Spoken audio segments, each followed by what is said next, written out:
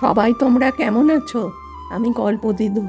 আজকের গল্পের নাম গোপাল ভাঁড় আর ভূতের ঢাক। এক রাতে গ্রামে হঠাৎ অদ্ভুত আওয়াজ শুরু হলো। ঢাউ ঢাউ ঢাউ। রাতের নিস্তব্ধতায় যেন ভূতের ঢাক বাজছে।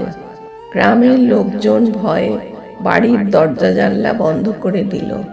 পরদিন সকালে রাজামশাই খবর পেলেন। তিনি গোপালকে ডেকে বললেন, গোপাল, রাতের এই ঢাক বাজানোটা কি সত্যি ভূতের? আমাদের গ্রামের লোকজন ভয়ে ঘুমোতে পারছে না। গোপাল হেসে বলল, মহারাজ, ভূত থাকলে ঢাক বাজাবে কেন? ভয় দেখাতে হলে তো চিৎকার করলেই হয়। দেখে গিয়ে। গোপাল রাতে একা বের হলো।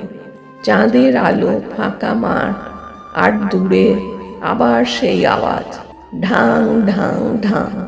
গোপাল মাঠের ধারে গিয়ে গাছের আড়ালে লুকালো। দেখলো একটি পুরনো ঢাক নিজের থেকেই বাজছে। মানুষের হাত নেই, তবু ঢাকের বেজে ওঠা।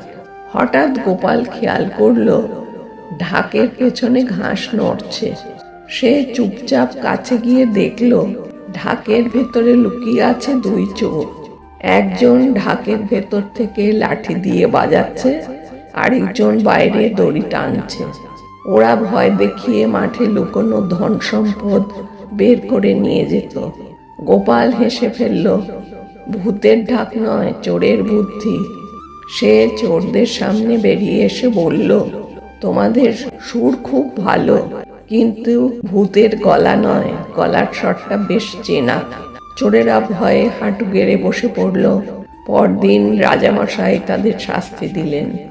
এই গল্পের শিক্ষা, যেখানে ভয় সেখানে প্রায়ই লুকিয়ে থাকে মানুষের লোভ। বুদ্ধি দিয়ে দেখলে সত্যি খুব সহজে ধরা পড়ে। গল্প দিদুর এমন অনেক গল্পের জন্য ভিডিওটা লাইক করো আর শেয়ার করো, সাথে চ্যানেলটা সাবস্ক্রাইব করতে ভুলো না। তাহলে আজকে আমি আসি, নতুন গল্পের সঙ্গে তোমাদের সাথে দেখা হবে।